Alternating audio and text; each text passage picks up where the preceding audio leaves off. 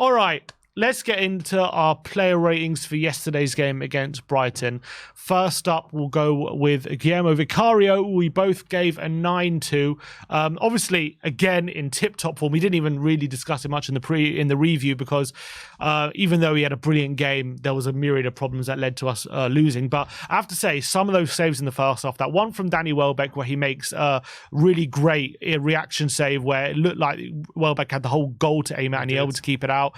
I thought that save from João Pedro where he's through on goal and he just about gets fingertips to a chip, or a lob, whatever you want to call it, was absolutely outstanding. If it wasn't for Vicario, we would have been completely out the game at half-time and it would have been 4 or 5-0. In terms of the second half, I know they scored 2 goals. I don't remember too many saves actually had to make in that second half off the top of my head, but first half, we had him to thank for the fact that it wasn't completely embarrassing in terms of scoreline perspective. Yeah, I completely agree. I gave him a 9. I think I was tempted to give him a 10. The Danny Welbeck chance you talked about, I think he was actually on the ground when the ball dropped at Welbeck's feet because he thought a shot was coming in, so he was already on his way down in one way. So he's on his knee, on his haunches, and then he gets up, and I think he basically predicts. He takes a chance and guesses that Welbeck's going to try and place it in that corner, and as a result makes an unbelievable save. And like you said, the one-on-one, he just stays on his feet so long. The temptation is obviously to dive at the player's feet, but he stayed up and he got fingertips on it. Unbelievable save. And I think the best kind of compliment I can give to Vicario is the reason I keep not really mentioning him in match reviews is because I'm expecting it of him now. He's just such an unbelievable keeper in such great form, and we are very fortunate to have him. We'd be a lot further down the table if we didn't. Yeah, and he just seems to be making worldly saves every week at the moment. And if there was... Look, at the end of the game, the fact that we still had a slight chance of getting something was down to him pretty much. Next up, we'll talk about Pedro Porro. I give him a 5. Barnaby gave him a 6. I just felt like it was a bit of an uncharacteristic performance from Porro. He looked a bit off it in terms of didn't quite look as sharp as he usually does. Maybe it was the team dynamic that he was suffering from, but he's been largely consistent this season, so I'm not going to give him too much criticism, but I did feel like yesterday, it did feel like he was off the pace a bit. They were absolutely relentlessly targeting our right-hand side, and I felt like maybe it's because he was caught out of position quite a lot. In possession, obviously he did get an assist, so credit to him, and I think that makes him our top assister in a single Premier League season of all time, but and it was a great assist for Davies as well, but I felt like for the majority of the game he didn't quite feel like his normal self, so I gave him a 5. Yeah, I mean, I think the assist probably edges him up to 6. What I should also say in advance of most of the team's player ratings, and you're probably all going to abuse me for this, which is absolutely fine, but I say basically everybody, if they play kind of averagely, they get a 6. If they then make a mistake or something, then that brings them a rating down for me. But I'd say that Porro was kind of average amongst a team of average performances last night. He didn't really make any mistakes that, for me, dragged it down into a 5. But that's the way I kind of do my ratings. I thought he was average, didn't do anything particularly special. Like I said, the assist, I guess, drags him up. I could have given him a 5, but I just thought much of a muchness, really, and he didn't really make any terrible errors against a difficult team. All right, next up, we're talking about Ben Davies. I gave him a 4. Barnaby gives him a 6. And that's why I told you how I rate there people. We go. And that's a prime example. Look, obviously he did get a goal right at the end, which boosts his rating up for me a bit. But I did feel like throughout the game, he did struggle largely. For a player who's been in really good form of late, I was a bit disappointed. I felt like Brighton were very much pressing him really aggressively. I don't think it was as bad as his partner, which we'll talk about in a minute. But I wouldn't say it was... His poor rating isn't solely down to him. I did feel like there was a lack of protection for him and he was very badly exposed. But I did feel like Brighton definitely exploited him badly and he did struggle throughout the game. But he did get the goal, so gave him a bit of a better rating. So, yeah, gave him a 4. Yeah, I thought, other than a couple of very badly misplaced passes in the first half, he was basically up against it and just didn't do anything. I don't remember any mistakes that led to goals, for instance, from Ben Davies, but maybe I'm wrong. But yeah, as is my pre-explanation of how I do these ratings, I'm going for 6 because I thought he was just average bad. All right, next up is probably the biggest difference in a player range I've ever seen. But Emerson Royal, I gave him a 2. Barnaby gives him a 6. I was row 1, so I was very close to Emerson Royal when he was defending our side, and maybe that's why I was getting more frustrated. I thought he was really atrocious. I really did. I thought every time the ball went near him, he badly struggled. I just, off the top of my head, remember so many times in the game where Steele just went long to Pedro, and Emerson just couldn't deal with it, and he was getting in every time. I thought his passing was extremely disappointing as well. I thought he was giving the ball away every single time. To be fair to him, late on in the game, he did help the team out quite a bit when we were mounting that late comeback, but obviously the damage was done by then. I just thought he was really atrocious throughout the game. I don't remember too many good things he did throughout the game. And again, a bit similar to Davies, I don't think it's completely his fault because I thought the midfield was non-existent and it left him exposed, but I definitely thought it kind of exposed his flaws even more. And that's the reality. Again, he is a fullback playing a centre-back. I do want to give him that caveat, but if I'm basing him just on a performance of a centre-back, I thought it was terrible.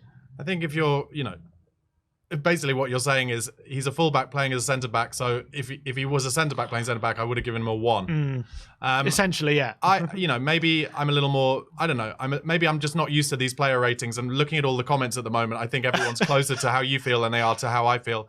But I think you do have to take kind of circumstances into play, and he's playing out of position. He's got players around him who are not willing and able to show him options that he can give. He's never going to be Romero on the ball.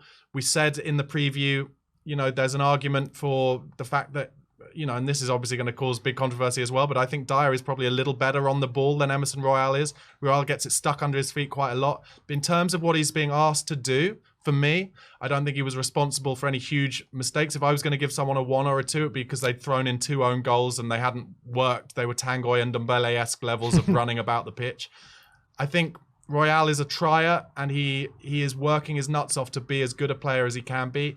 I agree with one of the comments I saw there, so I can't see it at the moment, but they just said he's just not a great player. He's not an elite, for me, Premier League level player, but he's trying his hardest, and on that basis, I give him a 6, playing out of position against a team who are absolutely on it, and just unfortunate. Fair enough. Next up, Destiny Udogie. I gave him a 6. Barnaby gives him an 8. I did feel like in the first half, again, a bit like the rest of our back four, he struggled badly to really what I usually associate with this Udogie is his ability to beat a press with his physicality, get us up the pitch using his ball carrying ability, which unfortunately I didn't feel like was on show in the first half. I did feel like in the second half, especially near the end of the game, I thought he really came alive in that last 15 minutes. And actually, there was that moment, wasn't there, where I can't remember what player it was. They had 2 attempts to try and bring him down. They just couldn't do it. And Destiny just powered through. And he was a massive threat in that second half. And I thought his performance massively improved. But just like a lot of the other team, most of the team, his performance did really struggle in the first half, and that's why I only gave him a 6. Yeah, I thought he was our best player on the ball in the first half. Very low kind of base level. Not many players were even getting on the ball. And then, like you said, in the second half, I thought he was a beast, actually. I thought he was just up and down. By the end, he was absolutely hanging. He was blowing.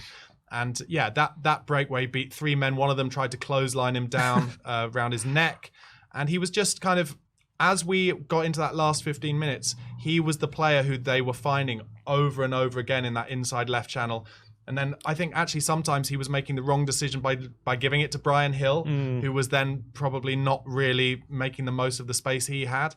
And, in a difficult performance of 6s in the main from me, I'd say that he deserved an 8 because he was a cut above the rest. All right, next up. Apart from Vicario. Well, that's fair enough. I think that's true. Into midfield, we're going to be looking at Pierre-Emile Hojbjerg. I gave him a 4. Barnaby gives him a 6. Before I just get into the negatives, I did feel like actually, and again, like most of these players, in the last 15 minutes, I actually thought he played really well. And I thought he was actually winning the ball back really intently. And obviously he did hit the post and he was actually doing a lot of good stuff.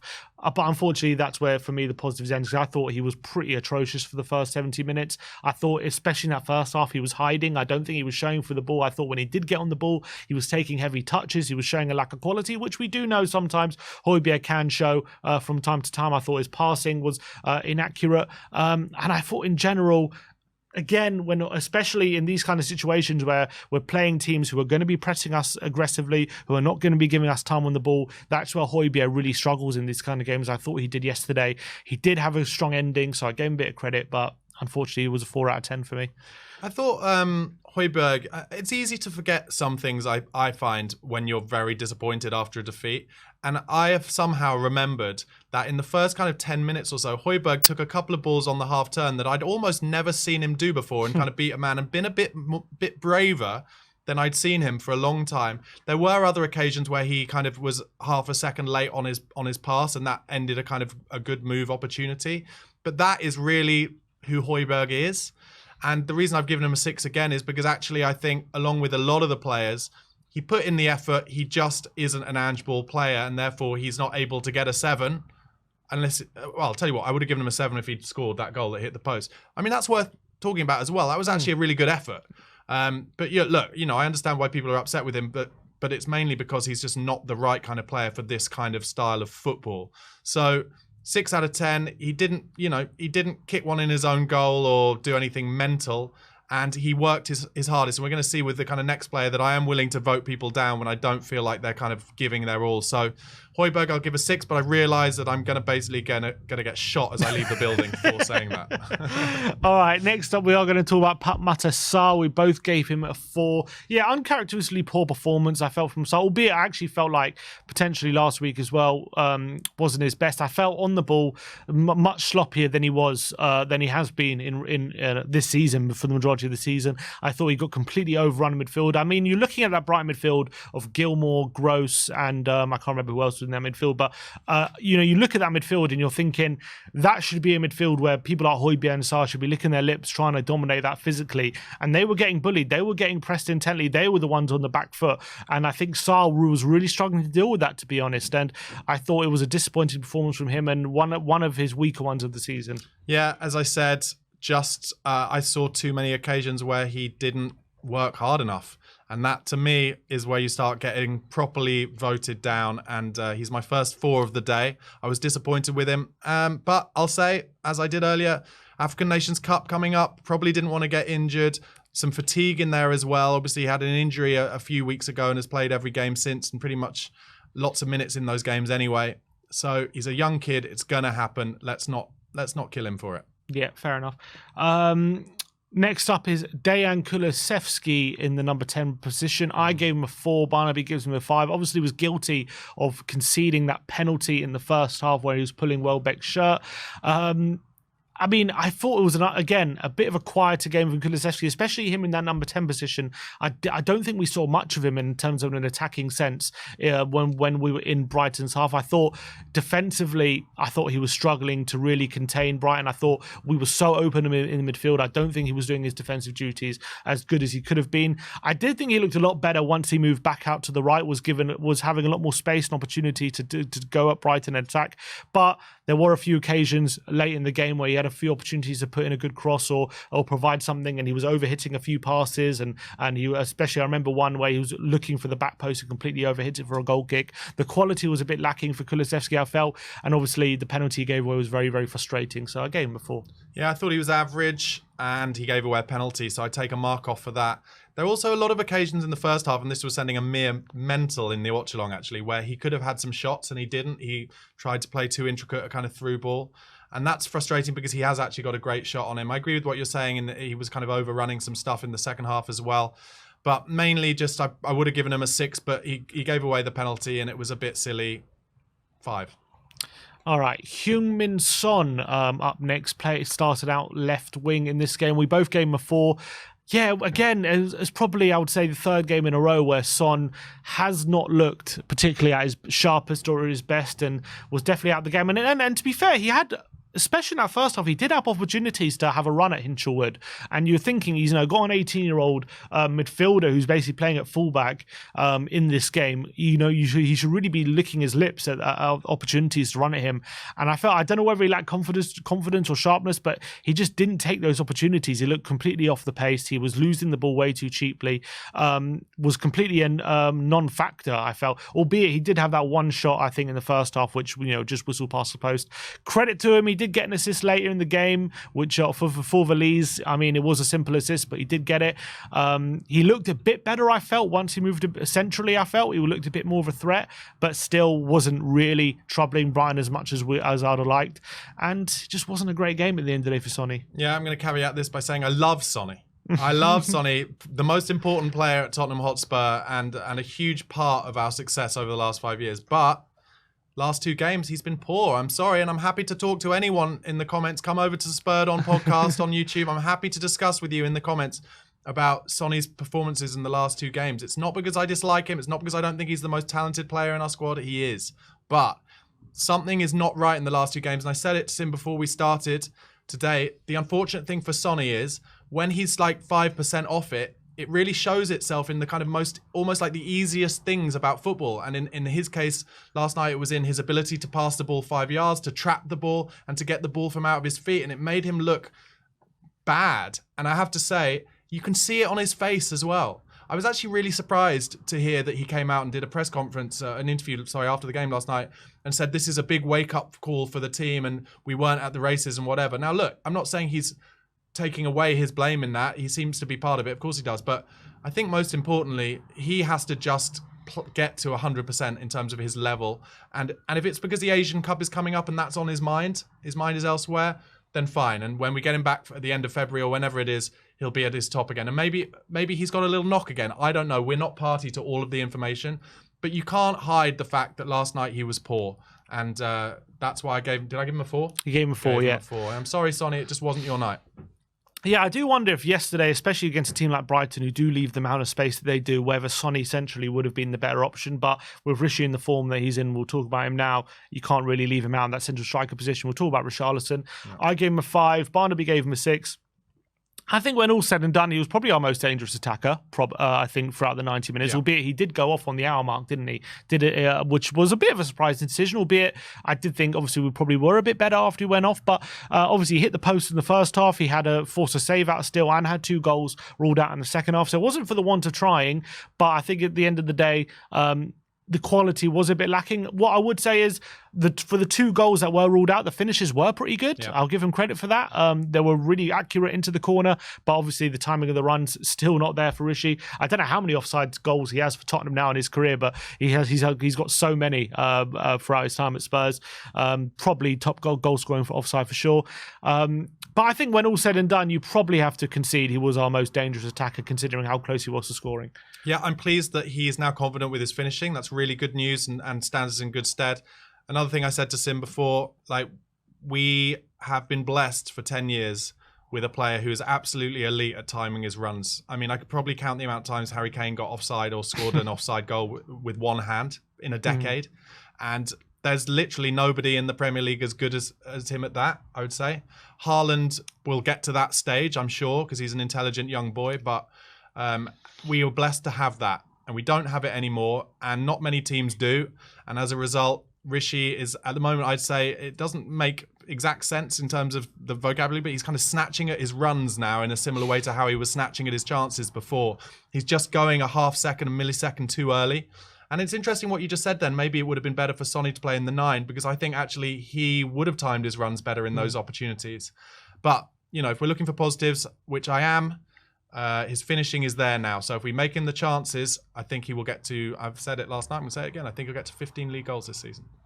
All right, on the right-hand side, Brennan Johnson, we both gave him a 5. Has come in for a lot of criticism yesterday, and I have to concede it wasn't a good performance from Brennan. What I would say is, I felt like in the first half, he was getting on the ball more often, I felt, than a lot of our other attackers. He did set up that chance for Richarlison as well. He was getting to the byline a few times. I did feel like, again, a bit similar to Sonny, had a few chances to take on his fullback and decided against it. I don't know why that would be. I wouldn't say it was a lack of confidence, because he has been looking fairly confident last few weeks. So I don't know what to put that down to. Second half, I thought he was rightly taken off. He did struggle to affect the game really in that second half. But I do think the amount of criticism is a bit strange. I don't think he's been that bad ever since he's joined. I thought he's put in a few good performances. But yesterday definitely was one of the weaker ones. But I didn't think he was that much worse than anyone else on the pitch. No, he wasn't. And I think the criticism is naive, to be honest, because this is a young player who we've bought as potential. And when you're buying young potential now, you have to pay 50 million quid, English potential, with the English player tax, the English club to English club tax.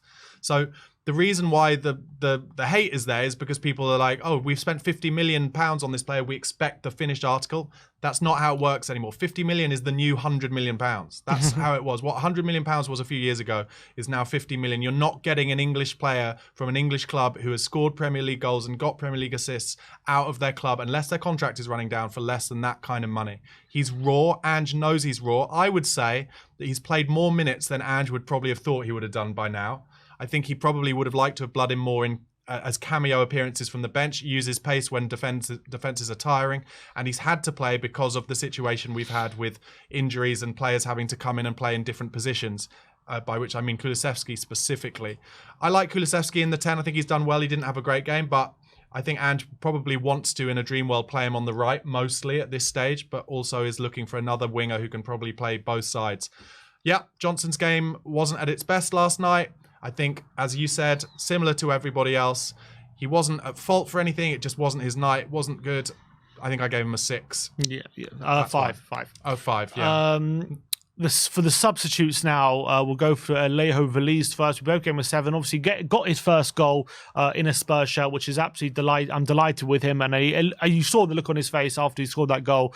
It was massive relief, and he was delighted with that. In terms of how we impacted the game overall, gave us a bit more of a presence. I don't remember too much he did do in general. I think he had one more opportunity, which he had a shot blocked with. I think it was at 4-2. Did give us a bit more threat, especially when we were whipping crosses in. Yep.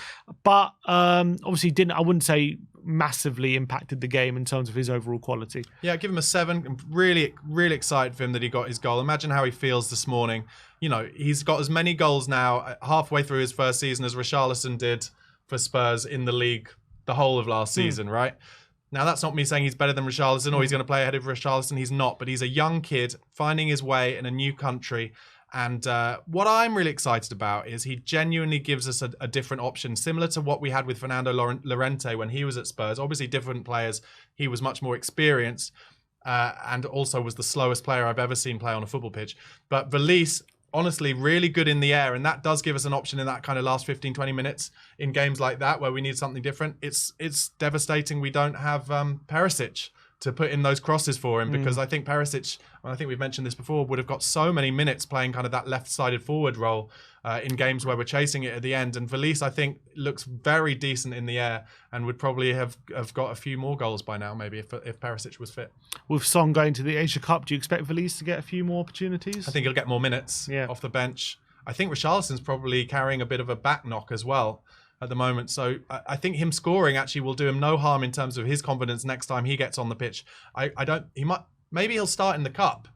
It's a difficult situation because if we lose that game against Burnley in the cup, because he's giving more squad players minutes because we've got so many injuries and we've got people who are tired. If we lose that game, just similarly to the Fulham game, people are going to go nuts. But it's a difficult situation. I want us to play the first team, but I'm not sure if he will. We'll see. Yeah, I hope he does as well. Next up, Giovanni Lo Celso. I think the rating's the wrong way around. It says I've given him a 5, Barnaby a 7, but it is the other way around. I've given him a 7, Barnaby given He's just given assumed him a 5. because I'm giving the higher ratings the whole time. That's how it is. But I thought he had a really great cameo, to be honest. I thought he was definitely a breath of fresh air when he got on the pitch, and he definitely allowed us a bit more control of the game. I thought he was really, really bright. He was bringing the ball forward really well and was a big part of our dominance in the last 15 minutes of the game. Obviously, there are some negatives. Unfortunately, did give away that penalty. It was a bit of a stupid challenge. I looked at it again. He did seem to nick the ball, but he goes through the back of Ferguson. Oh, come on. He did seem to nick the ball, but he does go through the back of him, and then obviously that's always going to be a penalty. Did have a little bit of an altercation with João Pedro. I'm not 100% sure what it was all about, but as João Pedro was going on the pitch, he did say something to him, and it seemed to rile Pedro up. But I think in terms of his play, if I'm isolating that on the ball, I thought it was another really bright cameo after I thought he had a really bright cameo last week against Everton as well. So I give him a 7. Yeah, this is showing a bit of a lack of consistency from me here, but I have my reasons. I thought Lo Celso did Lo Celso things when he came on the pitch. Very neat and tidy. Always wants to get on the ball. Stuff that I love about him. I think he's actually a really top-level player when it comes to that. Unfortunately, the penalty drops him a point for me from from probably a 7. I gave him a 5 in the end, didn't I? Yeah, 5. So from a 7, that drops him a point. And then the João Pedro thing I thought was completely nuts. I think we're like, what are we, 4-1 down at that point or something? And he's run about 50 yards to the touchline to basically begging the ref to give him a yellow card. Like, it's completely mental. And then he gets all the way to João Pedro and he's like, don't tell me you're so angry that you have to do this thing because you're so mad at him. Because at the same time, you're not angry enough to forget that you're going to cover your mouth so that nobody can see what you're saying. It was just in all for me, a really embarrassing moment. And wasn't a big fan of it. And I know the Argentinians can be hot-headed, but that just looked a little almost like premeditated kind of bullshit to me. Excuse my language. So dropped him another point. And that's why I gave him a 5. But I think he will start against Bournemouth and will be a key player. I think if we're going to win against Bournemouth, I think Lo Celso will have to have a great game. Yeah, completely agree. One player we did forget to rate was Brian Hill. But we'll touch on it. I'll touch on him. I did think he impacted the game positively when he came on the pitch. I think he gave us a different threat in terms of a player on the left hand side, willing to go on the outside of his fullback and causing problems and actually taking him on. So that was positive. But unfortunately, when it really came down to can you put in a good cross, can you put a good shot, can you actually be a goal threat, I think the quality was found wanting for Brian Hill on those occasions. Yeah, I think he flattered to deceive. I think I might even, if I was asked, I'd probably give him a 5 because, yes, he scurries around a lot and he offers an option on the outside, but his final ball was very poor. And then the air shot. Don't forget the air shot. Yeah. He was actually put in, and that's a great opportunity. Very similar technique needed to what Richarlison did when he was set up against Everton by Brennan Johnson. Use the pace of the ball, sweep your foot across it into the far corner, and he snatched at it, and it's an air shot. So he drops from a 6 to a 5 for that. All right. Last but not least, we'll give Ange a rating. We both gave him a 6. Look, in terms of like the team selection, I don't have too many complaints. Again, his hands are really tied at the moment when it comes to players available. The only real decision when I look at the bench is, do you put Lo Celso on from the start? And he decided not to, and I don't completely blame him. Obviously, Hojbjerg did start because Skip got a last-minute injury as well. He will be at a bad game. I can't really blame him for starting Emerson and Davies. They're the centre-backs he feels are best for the system at the moment. Could he have changed things quicker? Probably. Maybe he could have brought Lo Celso on at half-time. Maybe he could have brought Veliz on a bit quicker. But again, I have sympathy for him because Lo Celso was stripped off at 2-0, and while he's waiting to come on, they do go and score a third, and then all of a sudden that changes the dynamic of the game. What I would say is the way we approached the game in the first half and how much we struggled, how much of that was down to how the team was set up and how we were approaching the game tactically. You got to put some of the blame down to him. But in general, in terms of like the game management and stuff, I know he's coming in for a bit of criticism, but I think people are clutching at straws when if you're really going to put the blame fully on Ange for that defeat. Yeah, I think just a 6, as you said, hands tied, not a lot more he could do. I think he looks at I think in terms of the Lo Celso thing, he probably doesn't want to rush him back too early. So maybe that's why he's thinking not at 45 minutes. But another reason I would say is maybe he feared that if we'd gone so open so early, we might have conceded a third very early, because if he brought Lo Celso on for Sarr, it really doesn't give you a lot running backwards other than Hojbjerg. So that can be the only reason, I think. So yeah, I've just given him a 6, really. All right, that is it for our player ratings. Let me know in the comment section below what you thought of our player ratings. If you agreed, did you disagree? Bit of a difference in the ratings today.